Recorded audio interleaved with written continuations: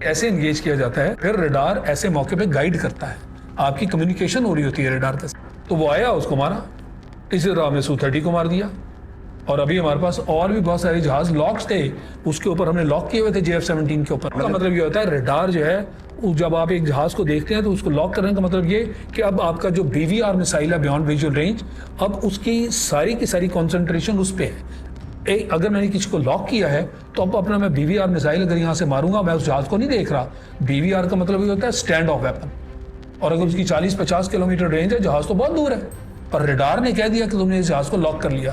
اب اس مسائل کا کام ہے اس لاک جہاز کے پیچھے بھاگنا، خود پکڑے گا، وہ لاک ہو چکا ہے نا، اس کی ویوز، اس کی ریز اس کو قابو کر کے اب وہ جہاز ادھر ادھر ہوگا تو اس کا پیچھا کریں گے اور اس کو جا کے ماریں گے. وہ مسائل اس کو جا کے اس وقت لگے، وہ بھی جہاز کو نہیں دیکھ رہا، اور ایک مسائل آیا ٹھا کر کے اس کو لگ گیا. اس کو پتہ ہی نہیں چلا. سو-30 کے ساتھ یہی ہوا ہے، اس کو تو پتہ ہی نہیں چلا، لہٰذا وہ کریش بھی کر گیا. اب جو مسائل ہوتا ہے اس کا اپنا اندر چھوٹا ریڈار ہوتا ہے، وہ ریڈار اس کو پکڑ کے اور اس کی سمت چل پڑتا ہے. اب اس سے آپ بچ نہیں سکتے. نہیں، میرا مطلب ہے کہ وہ ڈیپینڈ کرتا ہے، اگر جہاز اس وقت مڑ جائے اور چلنا شروع کر دے دور اور یہ مسائل جا رہا ہے، اس کا ریٹ آف کلوئر وہ ایک ہوتا ہے، اس کے ٹیکٹکس ہوتے ہیں، نیگیٹو ہونا شروع ہو جائے، پر اس کو شاید پتہ ہی نہیں چلا کہ مسائل جو ہے میرے اوپر لاک اور میری طرف آ رہا ہے. ریڈار وارننگ ریسیورز بھی ہوا کرتے ہیں، ڈیپینڈ کرتا ہے وہ. تو ہمارے JF-17 میں ہے ریڈار وارننگ ریسیور، ہمیں پتہ چل جائے. سب کچھ ہے، الحمدللہ سب کچھ ہے. ہم نے اسی لیے اسٹیٹ آف دی آرٹ وہ چیز بنائی ہوئی ہے نا، کہ آپ کو لاک کرنے کی کوشش کر رہا ہے، اس کا بریک لاک کرنا، وہ ٹیکٹکس ہیں، وہ ذرا ٹیکنیکل معاملے ہیں. پر بات یہ ہے کہ جب مسائل کو دکھا دیا، لاک کر دیا، اب مسائل کا کام ہے اس کو جا کے اسٹرائک کرنا.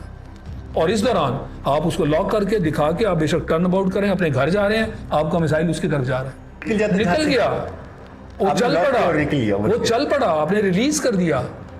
اب آپ نے مسائل کے ساتھ نہیں جانا. وہ ڈاگ فائٹ کا زمانہ تھا جب جہاز لڑتے تھے اور میزائل مارتے تھے، چھوٹے شارٹ رینج میزائل جن کو آپ کہتے ہیں.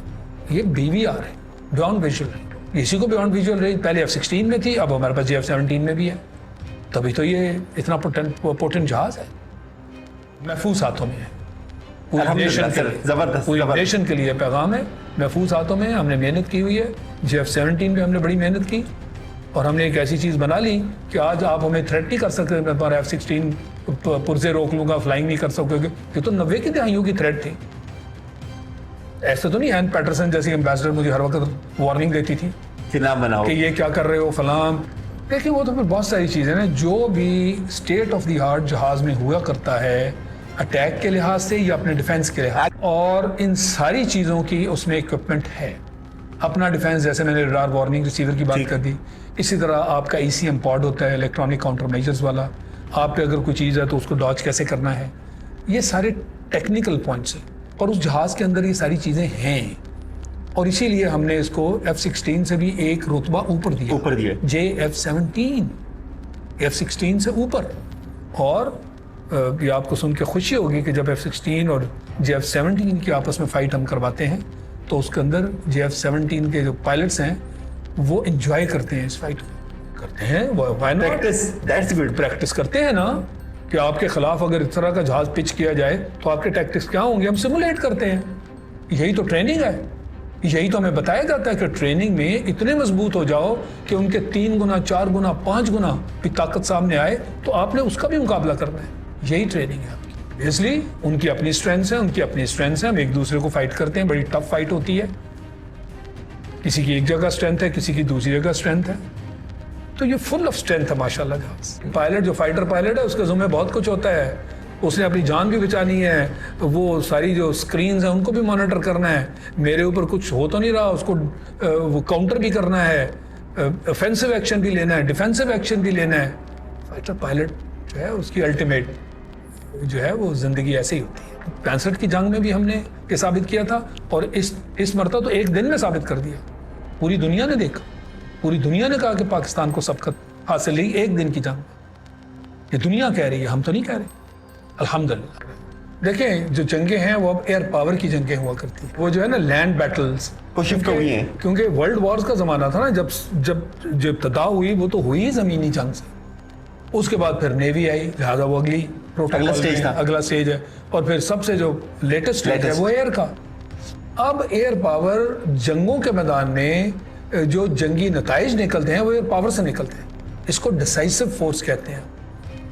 امریکہ کو دیکھ لیں, اسرائیل کو دیکھ لیں, کوئی بھی دنیا کی جنگ پچھلے کم از کم 2 سے 3 دہائیوں میں آپ دیکھ لیں, ایئر پاور نے لیڈ کیا اور ایئر پاور نے فیصلہ کر دیا. اور پھر جو جنگی جو زمینی ہماری افواج ہیں وہ جاتی ہیں کنسالیڈیٹ کرنے, آکوپائی کرنے.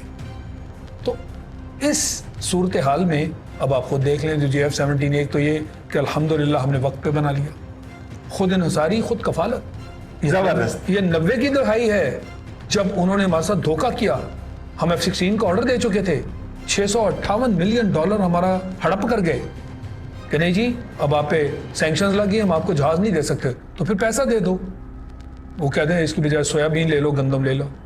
ایسے ہی کیا انہوں نے, $658 بلین ہمارا کھا گئے. اور جہاں F-16 بنا کے پارک کیے ہوئے تھے کہتے ہیں اس کا کرایہ بھی دو پارکنگ کا. یہ اتنے مین لوگ ہیں, اس لیے ان پہ انحصار نہ کرو. قرآن صحیح کہتا ہے نا, یہود و نصارہ دوست نہیں ہو سکتے, نام لیے گئے ہیں ان دونوں کے. تو ان پہ انحصار نہ کرو, اپنے اوپر کرو, اور جو مسلم امہ ہے اس کا خیال کرو. اللہ آپ کو انعام ہی تبھی دے گا کہ اللہ کے حکم, اس کے نبی کے حکم اور حدیث کے مطابق جو کہتے ہیں کہ جسم کے ایک حصے کو بھی تکلیف ہو تو سب کو, پورے جسم کو تکلیف ہوتی ہے, اس کا آج آپ مظاہرہ کریں, تب اللہ کی رحمتیں آپ کے ساتھ ہوں گی. اذا جاء نصر اللہ والفتح, وہ کہتے ہیں نا فضائے بدر پیدا کر, فرشتے تیری نصرت کو اتر سکتے ہیں گردوں سے قطار اندر قطار اب بھی. فضائے بدر تو پیدا کرو. کیا ہو گیا اب جگہ جگہ کیوں خوار ہو رہے ہیں؟ وہ اس لیے کہ ہم نے وہ فضا جو ہے اس سے پیچھے ہٹ گئے. اللہ کی رحمتوں کے ساتھ اللہ آپ کی عزت کیا کرتا ہے, فرشتے آپ کی نصرت کو پہنچتے ہیں. یہ اللہ کا فرمان ہے اور یہ ہو چکا ہے جنگوں میں. تو اس لیے آپ اپنا رستہ ٹھیک کریں, کامیابی آپ ہی کی. یہ ایک ہی کیٹیگری ہے نا, ساری کی ساری 4th جنریشن جہاز ہیں. اس سے اگلا جو سٹیج ہے وہ 5th جنریشن, جو کہ امریکہ نے بنا لیا, چین نے بنا لیا, روس نے, اور ہم نے اب یہ خود بنانا ہے. وہ جو خود انحصاری کی کا جو ہم نے اسی وقت جو ہماری ویژن تھی, جو میں نے لکھی تھی کہ JF-17 ہم چین کی مدد سے بنا رہے ہیں, یاد رکھنا کہ اگلا 5th جنریشن جہاز جو ہے یہ 4th جنریشن, 5th جنریشن ہم نے خود بنانا ہے. تو اس لیے ہم اس کے لیول پہ ہیں, مگر جو ایج ہے میں نے آپ کو بتا دیا وہ ہماری ٹریننگ ہے اور ہمارا جذبہ ہے. اس کو آپ نہیں ایکویٹ کر سکتے نا. یہ کوئی ایسی سافٹ ویئر تو نہیں ہے کہ جو یہاں پہ چپ لگا دو گے. تو اس لیے اس طرح ہمیں فوقیت ہے, اور انشاءاللہ ہمیشہ 65 کی جنگ میں بھی کیا تھا, یہی تھا نا, ہم ان سے 3 گنا کم تھے. وہی بدر والا زمانہ یاد رکھیں, وہ 1000 اور ادھر ہم 300, 1/3 تھا نا. 65 میں بھی یہی تھا. پھر ان کی کیا حالت ہوئی, وہ MM عالم کہاں سے پیدا ہوئے, وہیں سے پیدا ہوئے نا, سرفراز رفیقی, MM عالم. تو یہ ان لوگوں نے ان کے جو ہے وہ چھکے چھوڑا دیے تھے.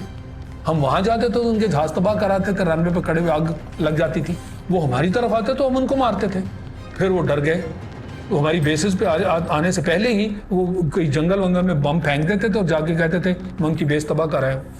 تو چونکہ IT کا زمانہ نہیں تھا, دکھایا نہیں جا سکتا تھا, تو وہ تو اپنی جان چھوڑانے کے لیے ادھر آتے ہی نہیں تھے. انہیں پتا تھا کہ ہمیں وہاں پہ بھی مار گرائیں گے. اتنا تہلکہ تھا ہمارا اس وقت. آج بعد ان کے ہاتھ پاؤں کانپیں گے اور کانپ رہے ہوں گے کہ ہمارے ساتھ ہوا کیا ایک ہی دن کے اندر. تو بہرحال الحمدللہ, اسی لیے میں نے کہا روایتی ہو غیر روایتی ہو, کولڈ سٹارٹ آپ نے ٹرائی کیا, ہم نے ٹیکٹیکل نیوکلیر میسائل بنا لیے, آپ کے بلینز آف ڈالر جو آپ نے انفراسٹرکچر پہ لگائے تھے وہ ہم نے سارے زیرو کر دیے. تو اب کچھ اور بھی ٹرائی کر لیں, الحمدللہ آپ ہمیں تیار پائیں گے. ہمارے پاس کاؤنٹر ٹیکٹکس, کاؤنٹر آفینسو, اور یہ ہمارا حق ہے اور ہم انشاءاللہ کریں گے.